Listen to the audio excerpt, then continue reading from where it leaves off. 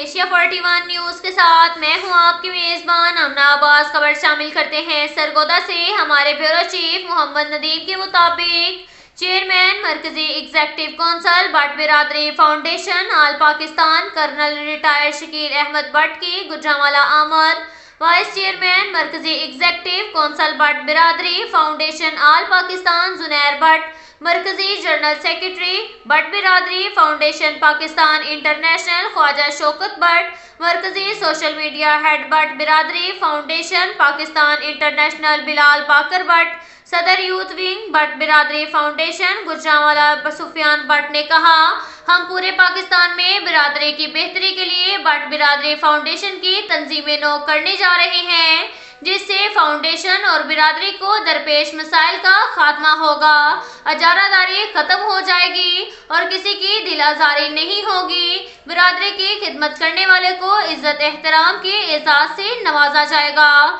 But برادری foundation Pakistan کا مقصد کسی دوسری قوم کو نیچا دکھانا یا غلط کاموں میں برادری کی سپورٹ کرنا نہیں ہے۔ ہمارا مقصد برادری کی فلاح و بہبود، برادری کی تعلیم، روزگار، بچے اور رشتوں پر درپیش مسائل کا حل تلاش کرنا ہے۔ یہ کہنا تھا بٹ برادری فاؤنڈیشن آل پاکستان انٹرنیشنل کا۔ اب تک کے لیے اتنا ہی کافی ہے۔ ملتے ہیں اگلے بلیٹن میں، ہمارے ساتھ رہیے گا۔ اللہ حافظ۔